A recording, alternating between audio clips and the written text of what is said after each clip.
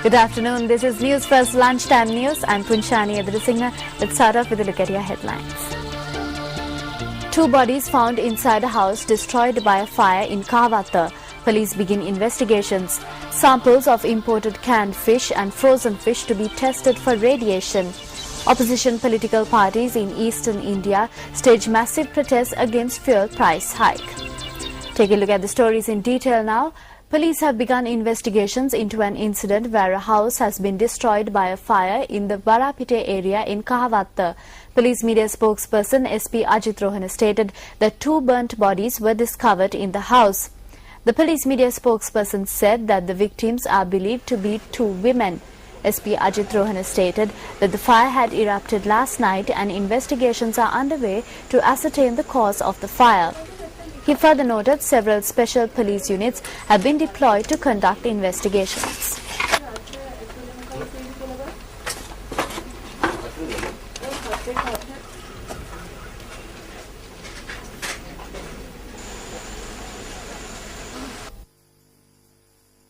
The Kahawatha area was thrust in the limelight in the recent past due to several gruesome murders that took place in the area. In February, a mother and her schooling daughter were found murdered in the Kotakethana area in Kahawatha. Subsequent investigations led to the arrest of 3 individuals connected to the incident.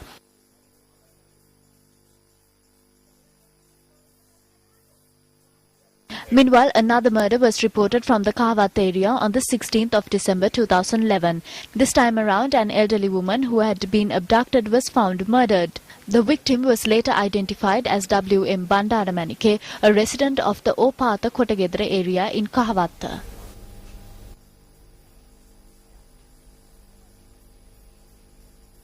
Express your views on the spate of crimes that have taken place in the Kahawatha area through our website www.newsfirst.lk. News First will air some of your views on Primetime News Bulletin at 9 tonight. You can also take part in our today's opinion poll on our website. Is enough being done to stem the crime wave? Voice your opinions by simply logging on to our award-winning website www.newsfirst.lk. The National Atomic Energy Authority has decided to test samples of imported canned fish and frozen fish for radiation. In a communique, it cited media reports as saying that traces of radiation were discovered in the ocean following the Fukushima accident in Japan last March.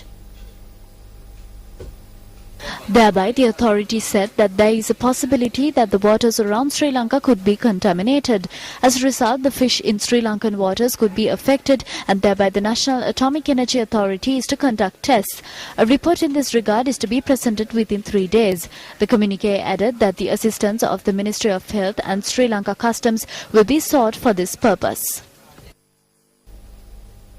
There's a scarcity of water in the Maha Valley and irrigation reservoirs due to inadequate rainfall. The Sri Lanka Maha Valley Authority stated that due to this reason, it has been unable to provide water to certain areas for the Yala season. The Director General of the Maha Valley Authority, Gamini Rajakanna, said that water is yet to be provided to the Alahara, Kandalama and Hurulu Poshitala agriculture zones.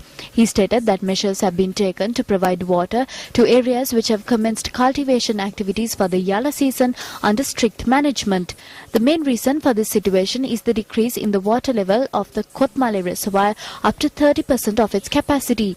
The Director General of the Maha Valley Authority points out that cultivating in a larger land area than the recommended has resulted in the situation becoming severe.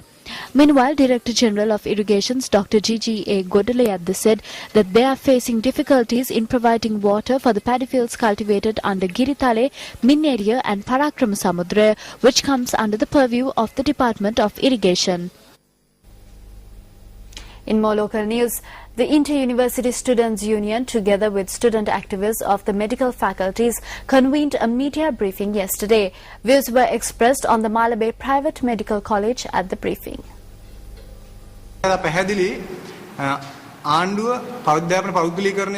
It is very clear that the government's process of privatizing education has been unsuccessful and they have failed to achieve their goals.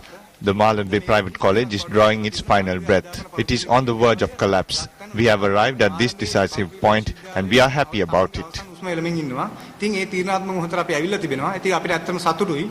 දැන් මාළඹේ පෞද්ගලික විශ්වවිද්‍යාලය ඇතුලේ Students who failed the advanced level examination are currently studying at the private university in Malambe. Does anyone accept that a student who achieves 3 A passes and becomes a doctor is equivalent to a student who failed the A-level exam and becomes a doctor?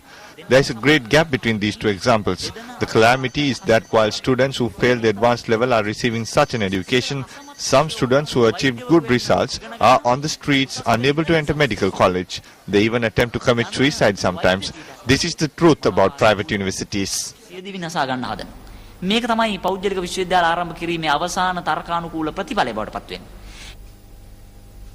A number of students sustained injuries when a coconut tree fell on the Vehalla Primary School in Dik Valley yesterday. Our correspondent in the area stated that 2 injured students have been discharged from hospital after receiving treatment. A coconut tree fell onto the grade 3 class of the Vehalla Primary School yesterday. The tree had been on an adjoining plot of land.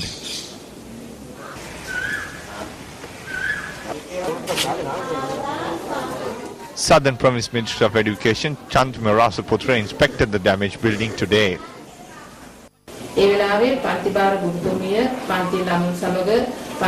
When the incident occurred, the class teacher was in the class along with the students. We were concerned about the safety of the children. Within a very short time, we rushed 5 students to the Baddegama hospital. 3 of these students were rushed to the Mathura hospital in an ambulance. The other 2 received treatment and were discharged from hospital.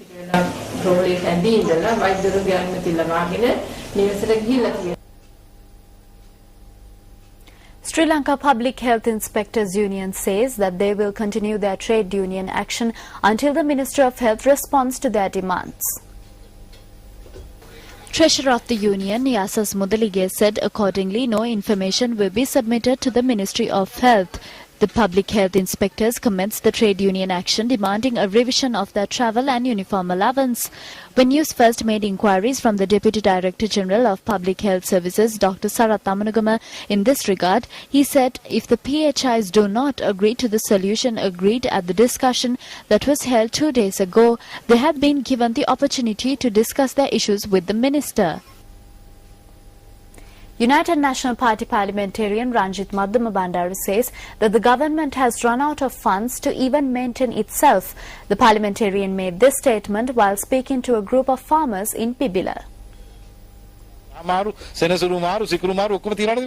There are celestial changes taking place. The government will also change with these celestial changes. Vimal Veeravansa used to say that you do not need a government to increase prices when the world prices increase. During our tenure, when the world prices decreased, we reduced local prices as well. However, this government does not do so. When the prices of oil went up, they increased the prices. But when it went down, they did not reduce prices. They say that they are waiting for new shipments of oil to consider a price reduction. However, the ships have to come to the Hambantota port. So when the ships do not come to the Hambantota port, the prices do not reduce. Starting off with some cricket news now.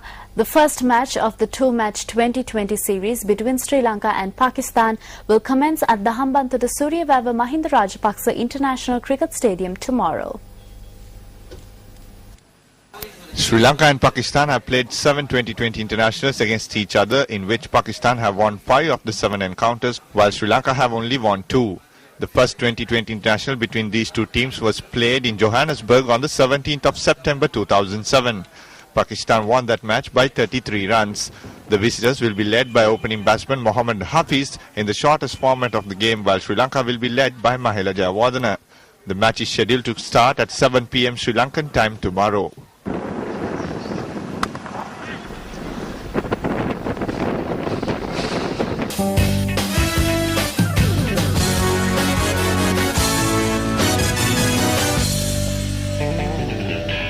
Thank you for joining our lunchtime news today. Take care and have a nice day.